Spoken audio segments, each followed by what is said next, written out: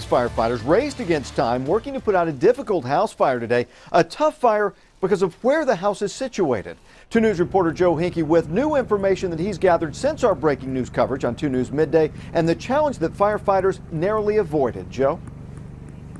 Well, Russ, within the past hour, I talked with the Sand Springs fire chief. He tells me they have an idea of what caused this fire, but they're still trying to figure out what exactly it was or give us an official answer. Now, across the street, there is a fire hydrant there. That's the closest fire hydrant to this house. They prepared to use it in case their tanker trucks ran dry. The only issue, this house is a third of a mile up this hill. Inside this home on the side of this Sand Springs hill, firefighters able to stop the fire from spreading beyond the upstairs bedrooms. As they work to put out the flames, though, crews connected hoses in case they needed extra water from the bottom of the hill, with past fires in mind. 15 years ago, had a major fire at the top of the hill.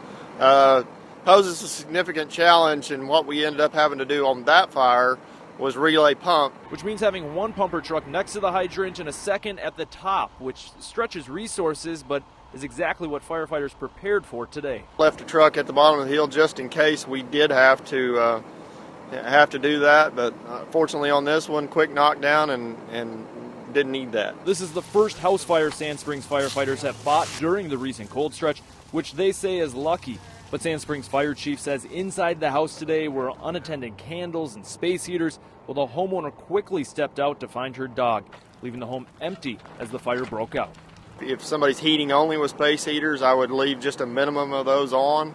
Obviously, candles burning unattended, never a good idea. A reminder as winter approaches and the cold weather continues. It is the start of the season, so everybody needs to be careful.